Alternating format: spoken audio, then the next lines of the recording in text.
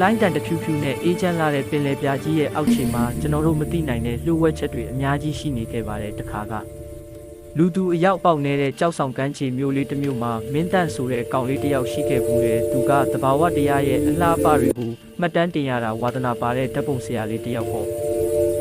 နေဝင်ရိုးရီအချိန်တစ်ခုမှာမင်းတန့်ဟာထူးခြားတဲ့အလင်းရောင်တစ်ခုနောက်ကိုလိုက်ရင်ကြောက်ဆောင်တစ်ခုရဲ့အကွယ်မှာဒဏ်ရာတွေနဲ့လဲလျောင်းနေတဲ့မိန်းကလေးတစ်ယောက်ကိုတွေ့လိုက်ရတယ်သူမရဲ့ကိုယ်ပေါ်မှာရောင်စုံတောက်ပနေတဲ့ငါးအမီးကြီးခွန်တွေကနေရောင်အောက်မှာလင်းလက်နေခဲ့တယ်အဲ့ဒါဟာပုံမြင်တွေတဲကလို့ရေသူမတစ်ယောက်ဖြစ်နေခဲ့တာပါသူမရဲ့မျက်လုံးတွေထဲမှာကြောက်ရွံ့မှုတွေနာကျင်မှုတွေနဲ့ပြည့်နှက်နေခဲ့တယ်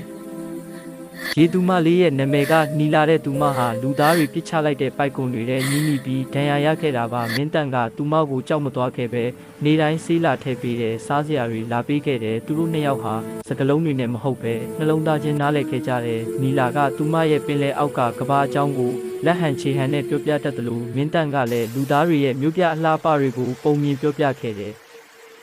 ဒါပေမဲ့ရေသူမတွေဟာကုန်းပေါ်မှာအကြာကြီးနေလို့မရတယ်လို့လူသားတစ်ယောက်ကိုချစ်မိသွားရင်ကြီးမားတဲ့ပေးဆက်မှုတွေလုပ်ရတယ်ဆိုတာမင်းတန့်သိလာခဲ့ရတယ်နီလာရဲ့အကြေးခွန်တွေဟာတဖြည်းဖြည်းအယောင်မိန်လာပြီးသူမရဲ့အသက်ရှူတန်တွေကပြင်းထန်လာခဲ့တယ်သူမဟာပင်လယ်ကိုလွမ်းနေပြီဆိုတာမင်းတန့်နားလည်လိုက်တယ်သူမကိုချစ်ပေမဲ့သူမရဲ့အသက်ရှင်တန်မှုအတွက်မင်းတန့်ကသူမကိုပင်လယ်ထဲပြန်လွတ်ဖို့ဆုံးဖြတ်လိုက်ရတယ်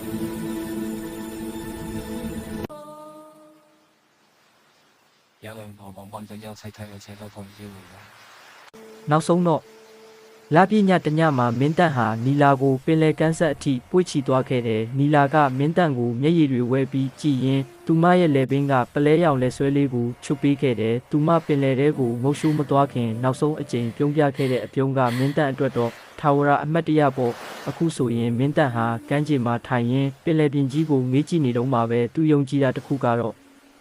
လိုင်းလုံးတွေကြားမှာသူ့ကိုစောင့်ကြည့်နေမဲ့ရေသူမလေးတစ်ယောက်ရှိနေအောင်မှာပါပဲဆိုတာပါပဲ